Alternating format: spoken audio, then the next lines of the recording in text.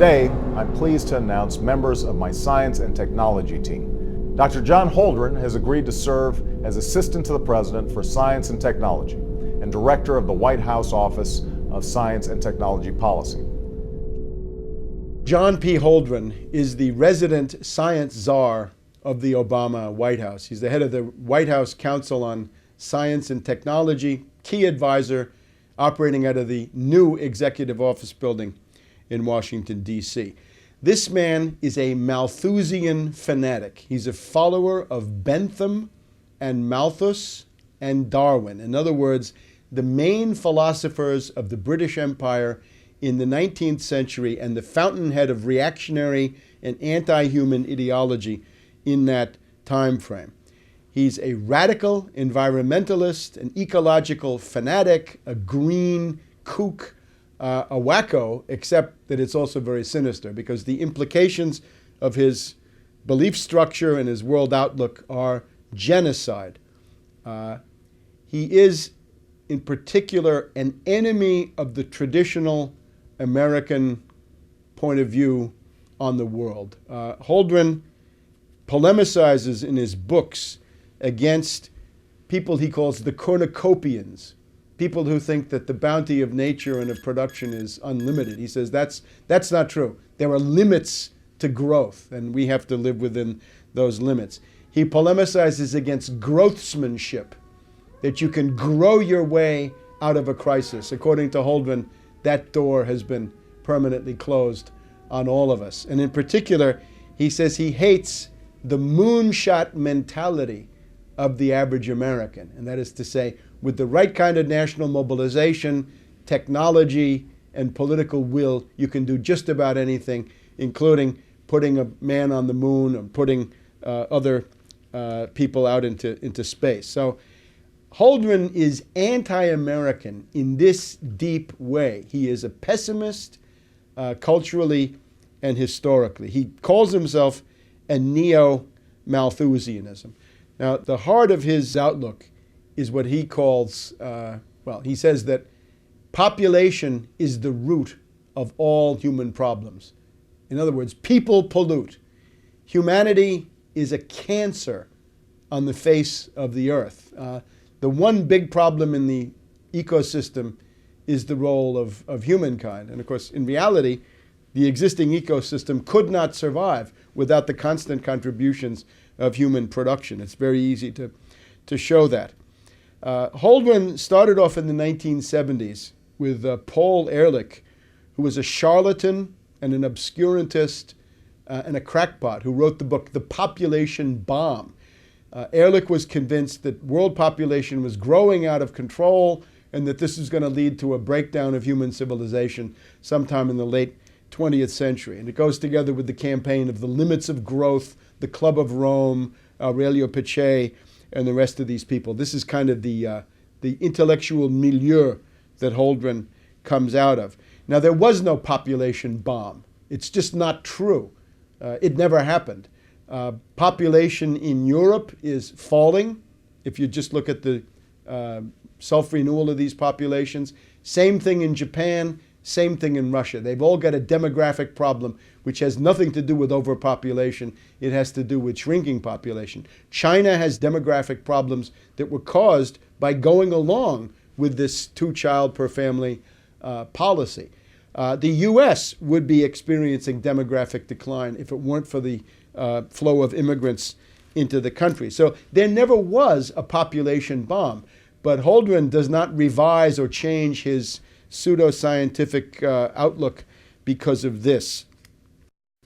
Population is the problem. Now he looks around the world, writing in the early 1970s in one of his textbooks, and he says, some countries have so much population that they ought to be triaged. We should cut them off, give them no more food aid, no more credit, no more help of any kind. Well, what are the countries? He says India is probably on the list. India, hundreds and hundreds of millions of people, and Holdren says, cast them into the outer darkness. Then Bangladesh, with a couple of 100 million people, Holdren says, for sure, Bangladesh has got to be triaged. Give them nothing. Now again, the note of genocide. the idea that whole countries should be consigned to doom puts Holdren in a league which is far beyond Hitler in terms of the number of victims that these policies would result in. He hates science and technology.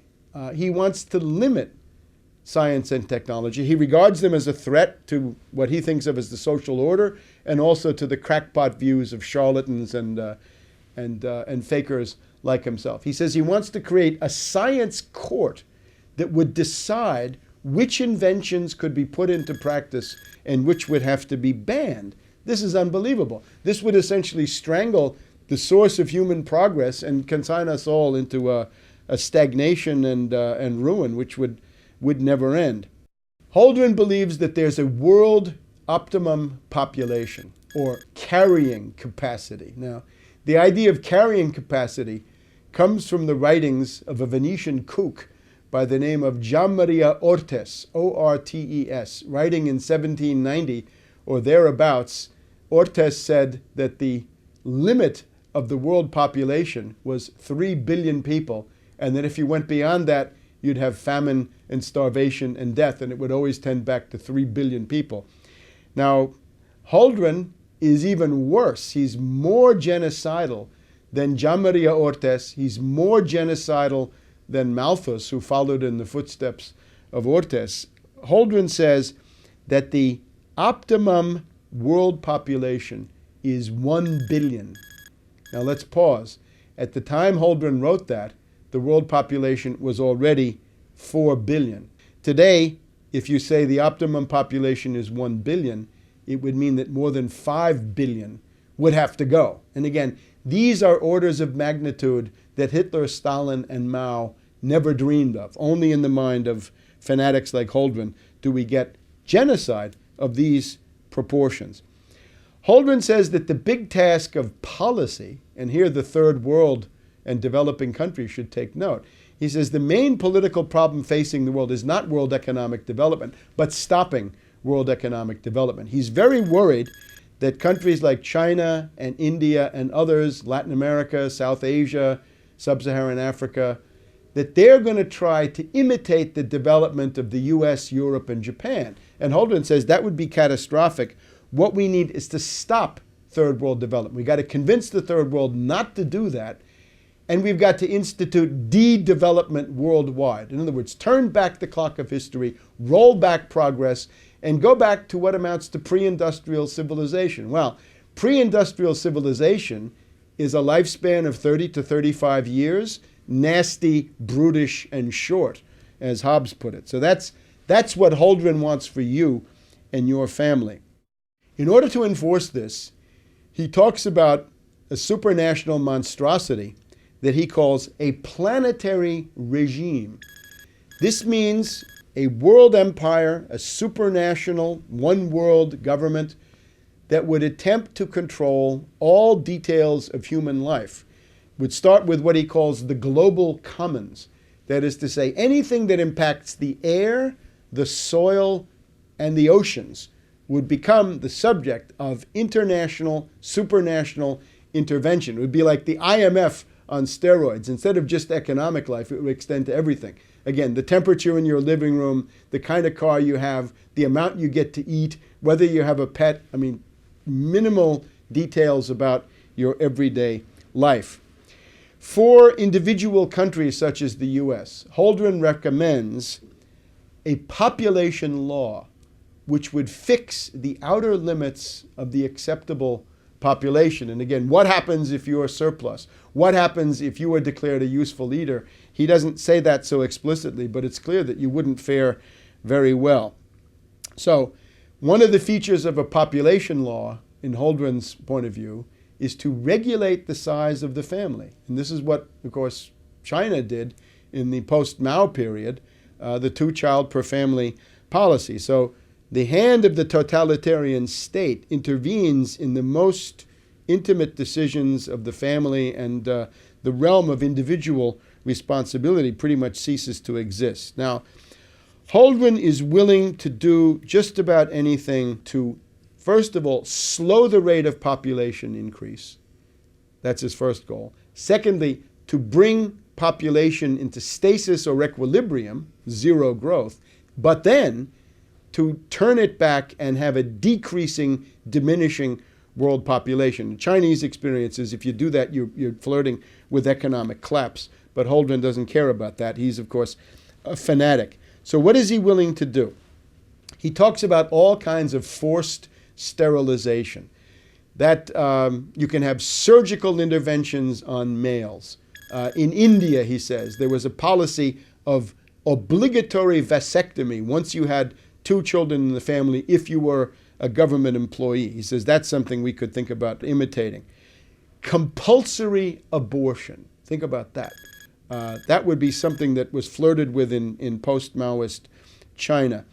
He wants to have licenses for birth. In other words, a woman is not allowed to give birth unless she's purchased a marketable birth license.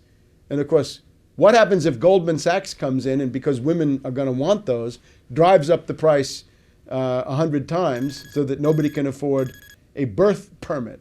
And what happens to people that are born illegitimately, meaning without a birth permit? He wants to have things that have been done in the meantime. Norplant, I think, is an example. Subcutaneous chemical devices that are put into the flesh of women to prevent them from conceiving. So, forced sterilization, compulsory abortion, forced vasectomy, birth licenses, subcutaneous implants, all kinds of compulsory, obligatory methods. In terms of forced sterilizations, he says you could do this by putting chemicals in food and water, but he thinks that these other methods would be more effective. He also has other methods of persuasion, which are really coercion, that if you have more than 2 kids in the family, there's no more free public education for you. The 3rd kid has to pay to go to the public school. If you're living in public housing, which is the case in some countries, the 3rd kid gets you kicked out of the public housing and you become homeless. He's also in favor of violating the family by seizing babies. He says that if it's a teenager or a minor who has had an illegitimate child and there's no husband in the picture, then the government should come in and seize that child and have a policy of forced adoption to take care of that illegitimate child. You can see that Holdren is a collectivist. He is not a collectivist of the Marxist type, however. I would call him a collectivist in the tradition of Rousseau for 2 reasons. Remember, there are 2 Rousseaus. One is the Rousseau who says that the noble savage is the goal of human life. In other words, the more primitive you are, the less civilization you have, the better you are. Just if you think about that, Rousseau on that basis is one of the most influential philosophers of the current time, because it basically says primitive societies are better than corrupt modern society, so we should go back to nature and go back to the ways of these underdeveloped peoples. But then there's the other side of Rousseau, which is the collective will. The late Rousseau writes about the collective will in that the individual counts nothing compared to the collective will. This is essentially the philosophy of the reign of terror in the French Revolution, and that's pretty much where Holdren is. So I would call him a Rousseauvian fanatic in addition to being a Malthusian and a Darwinist and a Benthamite, and he wants to have the noble savage, roll back civilization, go back to pre-industrial civilization, or call it civilization if you want to, and at the same time he wants to impose the collective will. He even writes about infanticide. He says that infanticide is found in many primitive peoples, and he says, well, what that means is that these societies thought that the survival of the group and the collectivity was more important than the individual, so they didn't hesitate to kill babies, which implies Holdren's idea of civilization. It's a form of barbarity. Again, in Holdren's world, there are 2 main evils. One is overpopulation, the other is industrial pollution. In the world we live in, the main problem is poverty, ignorance, disease, backwardness, illiteracy, and the rest. The main problem of today's world is a massive underproduction of most of the worldly goods that humans need: food, clothing, shelter, transportation, jobs, housing, healthcare, all the rest. All of that is lacking. 1 billion people in the world we live in are on the verge of starvation because of the world food market situation and the fact that we have almost no food stocks left anywhere in the world. You've also got about 2 to 3 billion people right now who are living under €1 per day, under about $1.50 or $2. So Holdren looks at that world and says the reason for poverty is overpopulation. I would say no. The reason for poverty is underproduction of all the main things. Question for Holdren: if you have a bunch of people and you want to give them all a hat and there are not enough hats to go around, what do? I say manufacture more hats. Holdren says start cutting off heads. That's Holdren. In being a follower of Bentham and Malthus and Darwin in this administration of fanatics, Holdren is joined by others. Let's look at Cass Sunstein, who is the regulations czar. Sunstein is the pioneer of what is called behaviorist economics. He wants to nudge you or convince you to do certain things. The problem is the nudge is not a friendly nudge. The nudge is going to become a cattle prod, and then it's become a bayonet, and then it's become a machine gun, and God knows what else. That's Cass Sunstein. He's a former law professor from the University of Chicago. Now, he quotes Bentham all the time. Sunstein is a guy who says that animals should have legal rights, including the right to be represented by lawyers in a court. Now, Sunstein, by most people's standards, would be quite extreme. But in the Obama administration, Sunstein is a moderate. Sunstein wants to give legal rights to animals. Holdren wants to give legal rights to trees so that they could be represented by lawyers and they could block development projects because you need more trees. Well, again, I'm all for trees. You want more trees, plant them. During the New Deal, we had something called the Shelter Belt that planted a couple of 100 million trees across the midsection of the United States as an attempt to make the climate better. It was an attempt to deal with the Oklahoma Dust Bowl of the 1930s. The way you do that is to plant trees. Trees are fine, but again, with Holdren, we're going to have trees represented by lawyers stopping human needs from being realized. Generally speaking, the Malthusian, zero-growth, radical environmentalist, ecological extremist movement of the late 60s and early 70s is the precursor that prepares the ground for the radical deindustrialization of the United States in the late 70s and then into the 80s, the so-called Great U-turn, where the U.S. goes from being an industrial power to being a post-industrial rubble heap. Key moment is 1968 with the foundation of the Club of Rome, Aurelio Pache and Alexander King. Alexander King once admitted that the whole purpose of the ecological movement was to stop the economic development of the third world and make sure that there would be fewer brown and black people in the world, because this was a problem for the Anglo-Saxon master race, the way he looked at it. 1972, you've got this tremendous work of charlatans and crackpots, Meadows and Forrester, The Limits to Growth, which was that the world really should have ended already because the raw materials are being exhausted at such a rapid rate. So out of that, you get the green movement, the greening of America, and the coming of something that you didn't have before, was a mass constituency for radical environmentalists. In particular, Malthus used to be a dirty word among leftists because he was considered a British imperialist. Marx and Engels had to attack Malthus because otherwise they couldn't function in progressive circles. But by the 1970s, thanks to this, Malthus and Darwin become good guys when, of course, they're really very bad and both charlatans and crackpots. So that's sort of the preparation. You've also got people saying that a service economy is better, the so-called Triple Revolution Committee. You've got the government of Edward Heath in Britain and Harold Wilson of the Labour Party saying quality of life is more important than production. All of these are ways to begin arguing the idea of deindustrialization. The way you get it, though, big time in the U.S. is Paul Adolph Volcker of the Trilateral Commission, appointed by Jimmy Carter of the Trilateral Commission. And what Volcker then does is he gets the Federal Reserve. and he raises interest rates to unprecedented levels, a 22% prime rate, meaning that for most people, the interest rates were 30% or even more, and that's for mortgages, for various kinds of business financing and so forth. What Volcker was able to do was to essentially destroy the industrial base of the United States. It became impossible to produce with credit costing that much.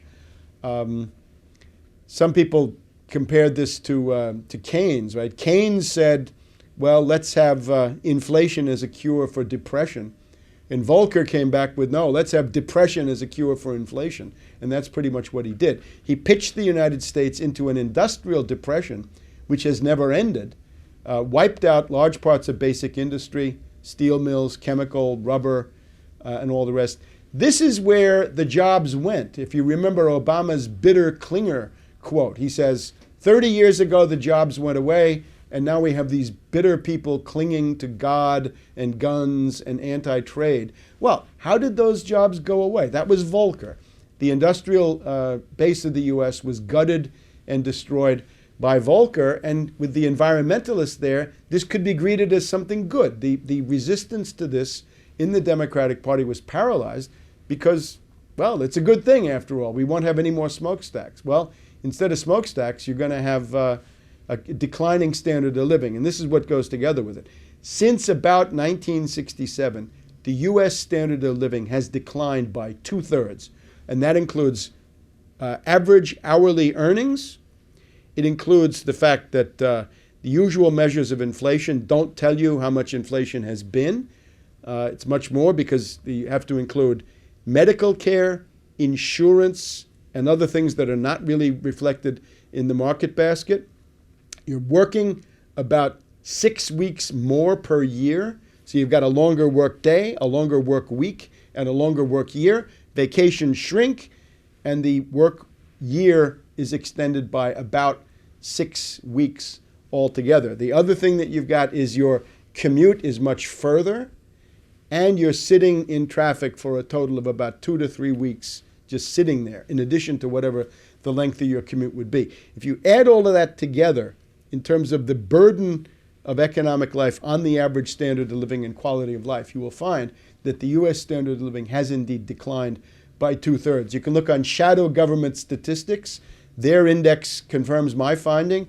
It goes from about 300 in the late 60s, early 70s to about 100 today, meaning you've lost 2/3 of your standard of living. So deindustrialization leads to immiseration. It means that the middle class standard of living is destroyed.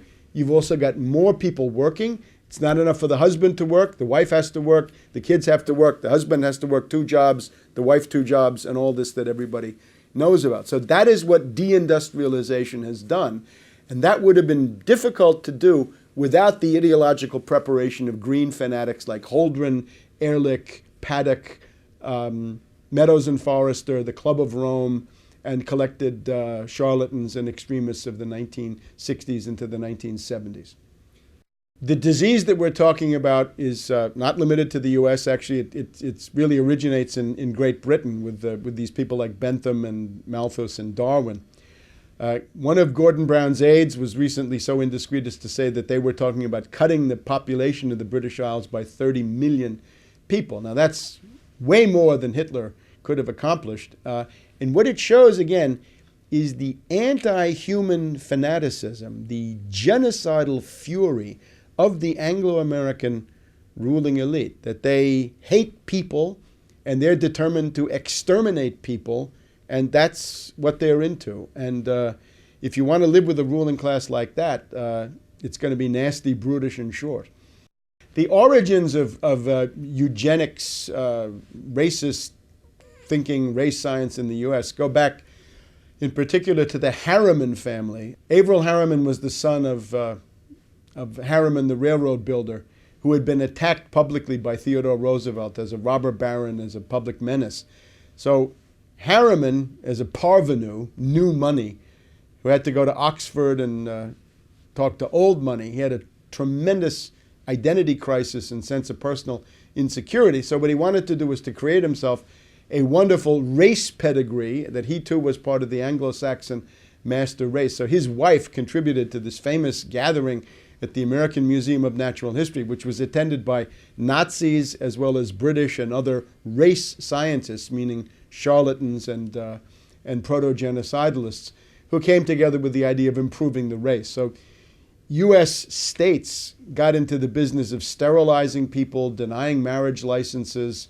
You have these stories, the Kallikaks and the Jukes in New York State and similar things. The Nazis actually said, the U.S. has beaten us to the punch in terms of eugenics measures.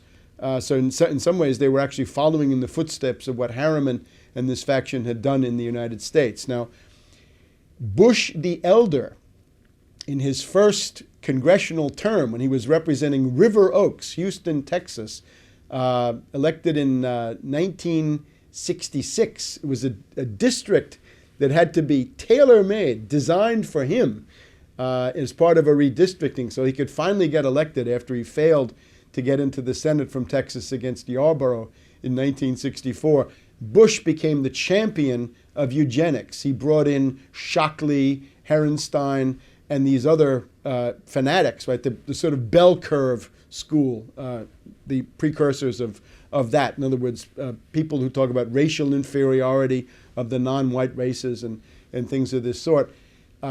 These people were outside the boundaries of respectability because of the backlash against the Nazis. But Bush the Elder did everything he could to make them respectable. He brought them to Congress. He let them lecture groups of members of the House and so forth. So much so that Wilbur Mills, the head of one of the key House committees at the time, coined the term "rubbers Bush." That George Bush the Elder was so interested in contraception for the lower orders that he was rubbers Bush. Now, the idea that I think with Bush the Elder was he believes in the Anglo-Saxon master race. The problem is if you believe in that, you got a problem of numbers because there are so many other people who are not part of this. So what are you going to do? You've got to do something to limit the population growth and probably turn it around among the non-white populations in particular. So I think that is the one thing that Bush the Elder actually believes in as a fixed point of ideology. John P. Holdren, the current Obama population czar, John P. Holdren, the White House science czar, is very much in the tradition of this Harriman eugenics movement, which was rubbing elbows with the Nazis in the 20s and 30s. Things like compulsory abortion, compulsory sterilization, taking children away from parents, preventing marriages, marriage licenses that you have to pay for, implants and other things to prevent birth. This is all in the Nazi or quasi-Nazi tradition of the 20s and 30s. The mentality of oligarchy does not change. We have to remember that as long as there are human individuals, you're going to have the one, the few, and the many. There's going to be one person, small groups of people, and large masses. So this is always going to be with you. These are ontological categories of human existence. The problem you have is if you have the dictatorship of the one, that's a fairly clear-cut problem. If you have the spontaneous mob of the many, that's a problem that people can also recognize.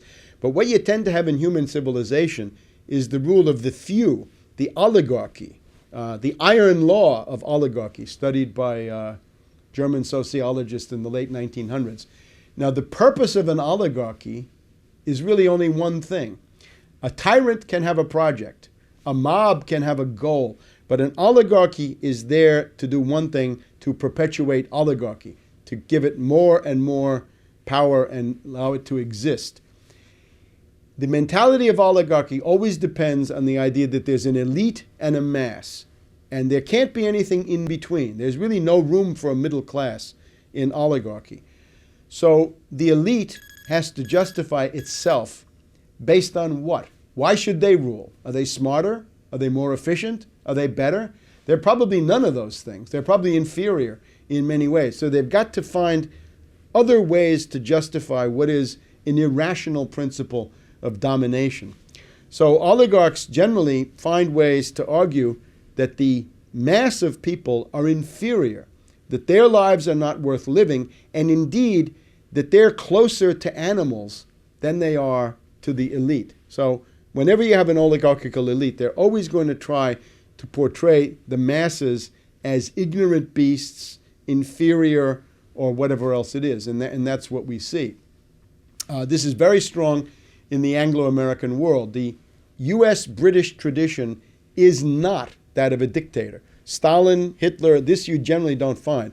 It's also not so much in the notion of mob rule and demagogy of that sort, although occasionally it is. Generally what you have in terms of real power is an oligarchy. So this oligarchy is inherited from Venice, from the Venetian Republic of the Middle Ages, and it's transferred into Britain between 1500 and 1600 or so in the form of the Whig Party, the top aristocratic party, which rules Britain from the early 1600s really until about 1832 and the Reform Bill. So it's an oligarchical system. The US and the British are a polycentric oligarchy where you can't say the Bilderberger runs it, or the Trilateral, or the CFR, or Bohemian Grove, or whatever it is. All of those are power centers that jostle each other and coexist. But what they amount to is an oligarchy. If you have a tyrant, you can convince the tyrant to change policy. It can be done. But to change an oligarchy, as Plato points out, is harder because you've got to convince so many different ones, and as soon as you convince some of them, you've deconvinced others because those are the enemies and they hate the ones that you've convinced. So that's the problem that we face in the Anglo-American world.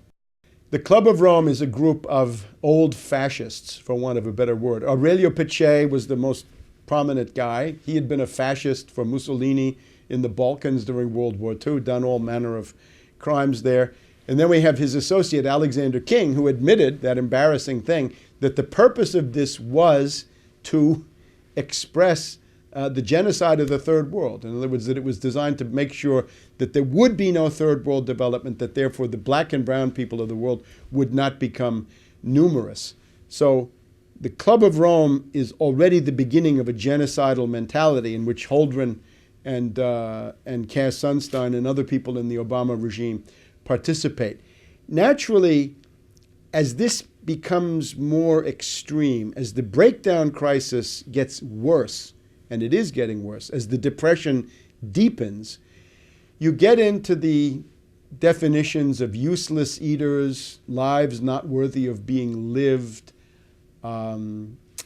non-productive culls, they're called sometimes, surplus population, as Scrooge said, following Bentham and Malthus. And how many are there of such people? As the depression gets worse, it gets to be more and more of the population that are useless eaters and non-productive culls.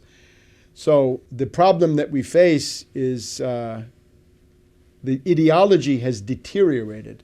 The global warming ideology is, at least up to now, the most extreme form because it says that carbon dioxide is a pollutant and that carbon is bad when we ourselves are a carbon-based form of life. So it seems to say that the inevitable results of humanity is pollution, that people pollute, or indeed that people are pollution. It gets back to Ehrlich and Holdren and their idea that humanity is a cancer on the face of the earth. So the ultimate logic of all this is extermination, genocide, the concentration camp, depopulation, and a horror that goes beyond anything seen in the 20th century. That's where Obama is essentially leading. When Holdren is confronted with his published works, the body of work on which his scientific credentials rest, he wants to run away from them and say that he's no longer the environmental extremist that he once was, that his genocidal fury has mellowed with age. But I wouldn't believe that for a minute. It's just that he's become a little bit more sophisticated politically, and he's seen how damaging it is when people throw that stuff at you. It's, of course, a monstrosity that he was allowed to get through that confirmation process in the first place. In terms of genocide, genocide entered the U.S. policy realm in an overt way with this National Security Memorandum 200 by Kissinger in the 1974-75 period, which said that if you have population growth in third world countries, they will compete for the limited natural resources that the U.S. intends to monopolize. I attended the food conference, the World Food Conference of the Food and Agricultural Organization in Rome in December of 1974, which was attended by Kissinger. And I put out some leaflets at this FAO conference in Rome in late 1974. And in response to that, the UN bureaucracy kicked me out of the conference, not for disrupting anything, but simply by pointing out the obvious implications of what was going on. At that same conference, the Soviet delegate made a useful contribution. He said that if you just took the existing off-the-shelf technology and made that available to everybody, you would have no problem with 35 billion people on the earth. The demographic potential is still very, very large, lots and lots of wide open spaces, but they kicked me out. So the Kissinger line was, stop population growth in third world countries, because otherwise they'll compete for natural resources. I guess he's looking into what happens today with Chinese oil consumption and the Chinese in Africa offering their own bids for mining and other products. The other thing to stress is under Carter, and in particular under Secretary of State Edmund Muskie, you had Global 2000 and Global Futures. And that is the real watershed of making genocide, population reduction, euthanasia, population control into the dominant ideology of the U.S. government, the foreign policy establishment, and the State Department. Global 2000 and Global Futures enacted under Muskie are really the turning point, after which U.S. policy in the developing sector is no longer development, but it's rather population control, population reduction with strong genocidal overtones. Holdren writes books about nuclear target selection, nuclear war. He's a strangelove. He's a strangelove under green left cover. However, he recognizes what strangeloves often forget. You can kill more people with economic means than you can with military means. Robert McNamara did his best to escalate Vietnam. Robert McNamara killed more people at the World Bank than he ever did at the Pentagon. The general estimate is, 40,000 people a day, meaning 15, 20 million a year minimum, die as a result of the IMF conditionalities. They die of starvation, malnutrition, and diseases like diarrhea that can be cured for a few pennies. So that's the cost of the IMF-based system is already in the neighborhood of 20 million dead per year. And again, 40,000 per day. And that's an old figure. Now that we have the Depression, it's probably more like 50,000 a day or more, because the effect of the Depression is obviously to increase that figure. This is a book called Ecoscience, Population, Resources, Environment. The authors, Paul R. Ehrlich of Stanford University. This is the charlatan with the population bomb. Ann H. Ehrlich, who is an environmental fanatic in her own right.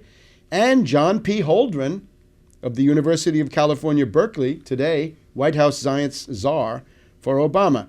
Published by the W.H. Freeman and Company Publishing House in San Francisco. And the edition I have here is 1977, so we're in the Jimmy Carter era. First edition, 1970, second edition, 1972. And as you can see, this is a hefty tome. This is the best part of 1,000 pages, more than 1,000 pages. If you count the index, we get up to 1,500 pages of raving, insane Malthusian drivel. And he tells you he's a Malthusian, a neo-Malthusian. He loves Darwin. He loves the struggle for existence and the survival of the fittest. And in some ways, he wants to bring that into human society.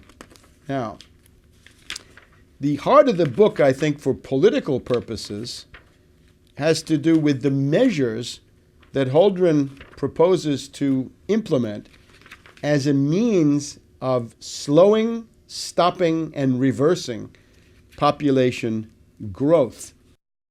The heart of the book, I think, starts on page 783. Population control, direct measures. You've got to convince people of the necessity of reducing population. For example, one thing he quotes approvingly, a case in point was the sudden imposition in 1976 of compulsory sterilization in some states in India and for government employees in Delhi, following 2 decades of discouraging results from voluntary family planning. So let's make it involuntary, compulsory, obligatory, and we're going to come in with compulsory sterilization. Let's jump ahead to the involuntary controls. In the 1960s, it was proposed to vasectomize all fathers of 3 or more children in India. India entertained the policy of compulsory sterilization, and if they had really done it, then they would have been better off, as Holdren says. A program of sterilizing women after their 2nd or 3rd child, despite the fact that this is harder to do than a vasectomy, might be easier to implement than sterilizing men. Other than that, Holdren is interested, and again on page 787, the development of a long-term sterilizing capsule that could be implanted under the skin and removed when pregnancy is desired. Well, this is Norplant, and that's been implanted in victim populations in U.S. inner cities now for a couple of decades. One of the problems is, how do you get it out? The government puts it in, but who's going to help you to take it out? That's a little bit harder. Another proposal that Holdren is interested in, he quotes the economist Kevin Boulding, British, I'm pretty sure. Boulding proposed to issue to each woman at maturity a marketable license that would entitle her to have a fixed number of children. And of course, again, if Goldman Sachs gets into the market, then that could be priced out of reach of poor people. He quotes social scientists who have looked into the effects of a marketable license for birth. A very interesting chart on page 788. Baby licenses. We're told that you can have a monthly subsidy if you have no more than 2 children. You can have a monthly tax on people with more than 2 children to discourage that. A one-time lump sum tax on excess babies over 2. So if you're over 2 children, that's excess. And quotas for families. So again, the basic idea is some measures designed to persuade, and then the hardcore, hardline measures, compulsory sterilization, compulsory abortion, and it's also a good idea to take children away from mothers if they're teenagers, unmarried, and otherwise not suitable. Now, he wants to impose this not just domestically in the U.S., but even more. He wants to have family planning measures. Here on page 789, he wants to have family planning measures in the less developed countries.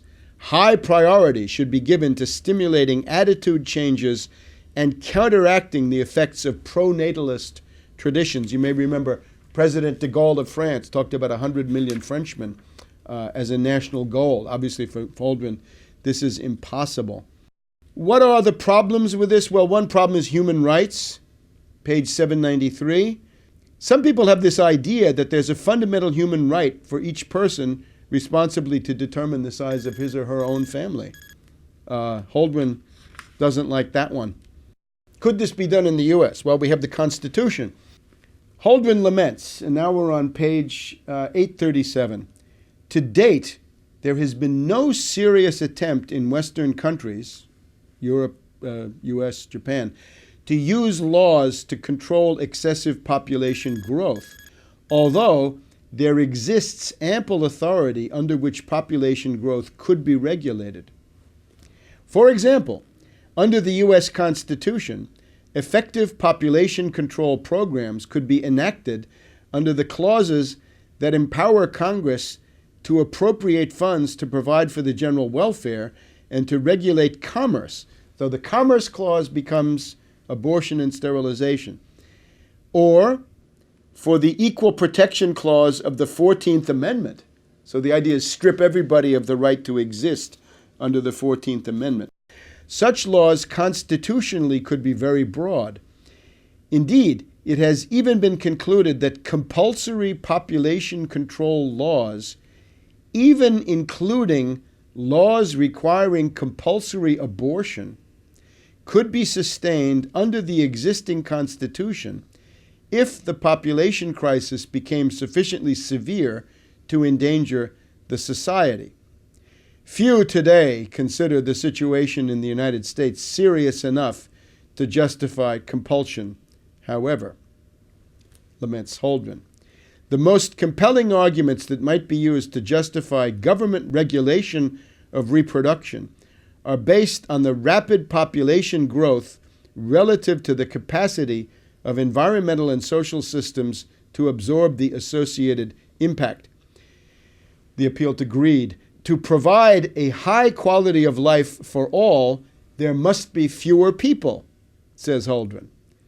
But there are other sound reasons that support the use of law to regulate reproduction. In today's world, Holdren writes on page 838, the number of children in a family is a matter of profound public concern. There is no individual sphere anymore for a Malthusian fanatic.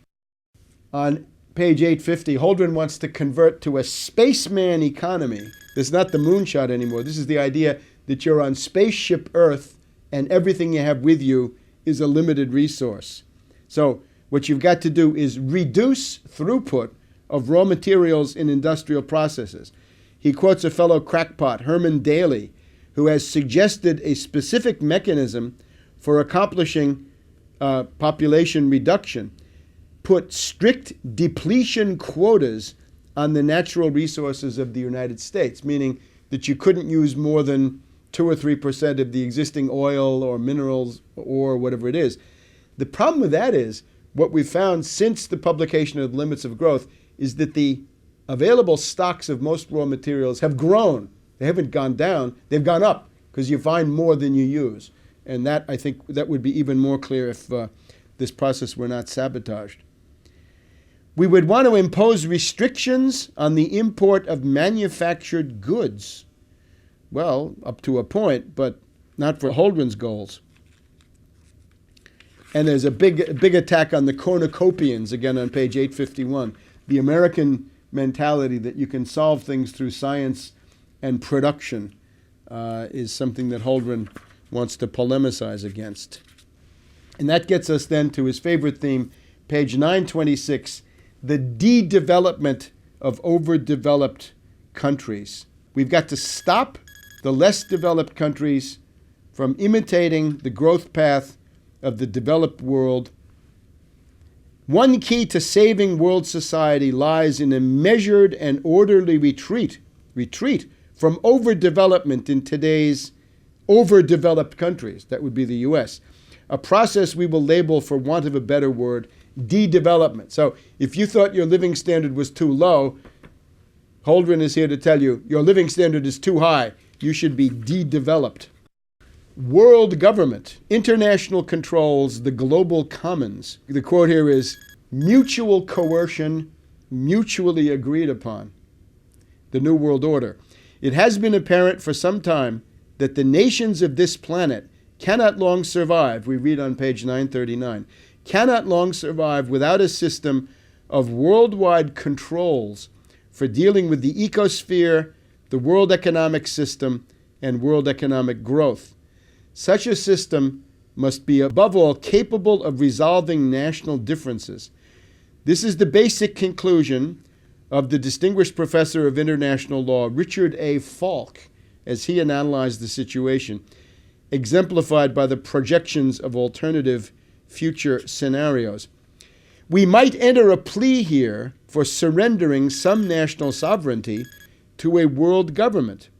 But it's unfortunately clear that there will not be a supranational government in the foreseeable future. But now 30 years have gone by, and maybe this is within reach at the Copenhagen conference in December of 2009. So we get the U.S. environmental program. And again, in the conclusion, the summary of this is there are two factions on Earth. We have the cornucopians.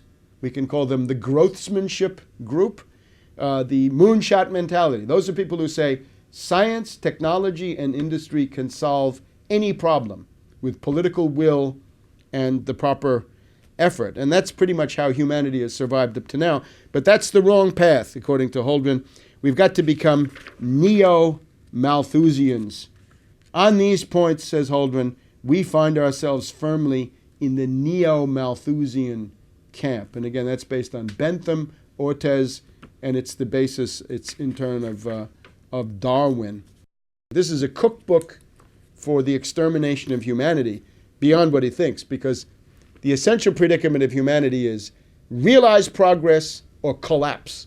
If you look in historians of world history like Toynbee, he's got a catalog of 20 different world civilizations, and they've all collapsed except one. And generally they've collapsed from within, and they've collapsed to a very significant degree because of thinking like this, that there's a limit to growth and that the privileges of an oligarchy are more important than the standard of living and the success of the individual human family. So this is a cookbook for the extermination of humankind, right? Those series that you see on the History Channel. What if there were no people? Well, Holdren has been blazing that trail for quite a while.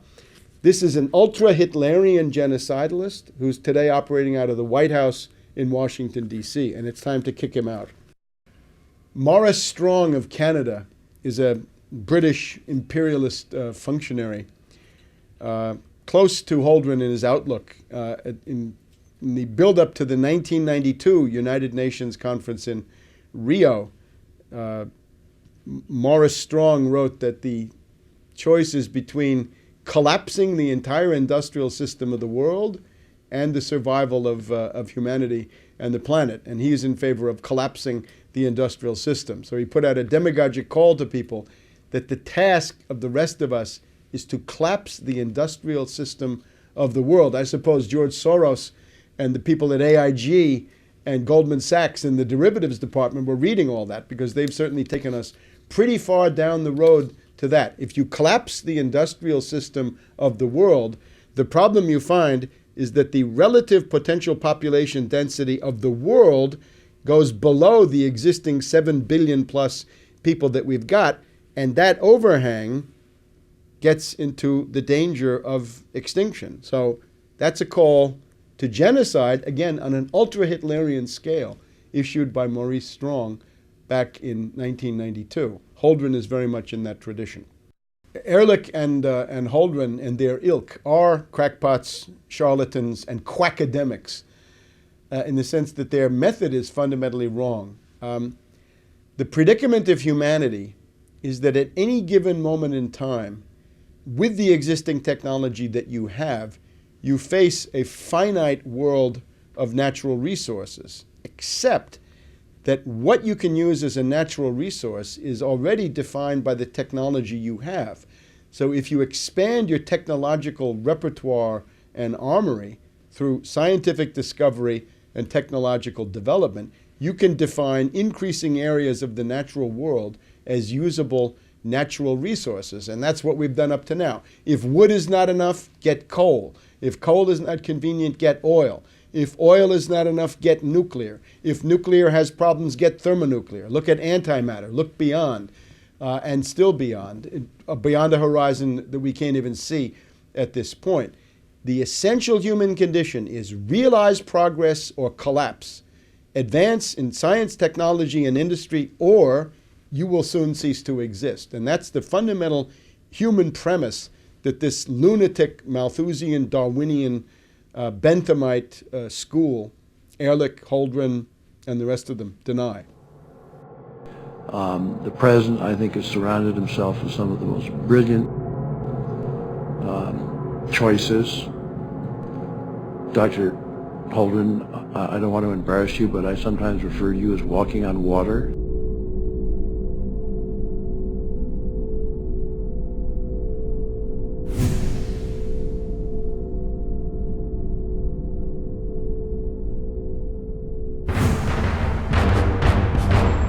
Ask yourselves, what are you doing in this time of great challenge? What are you doing to unlock minds? Go to Infowars.com and PrisonPlanet.tv for the latest headlines and cutting-edge information.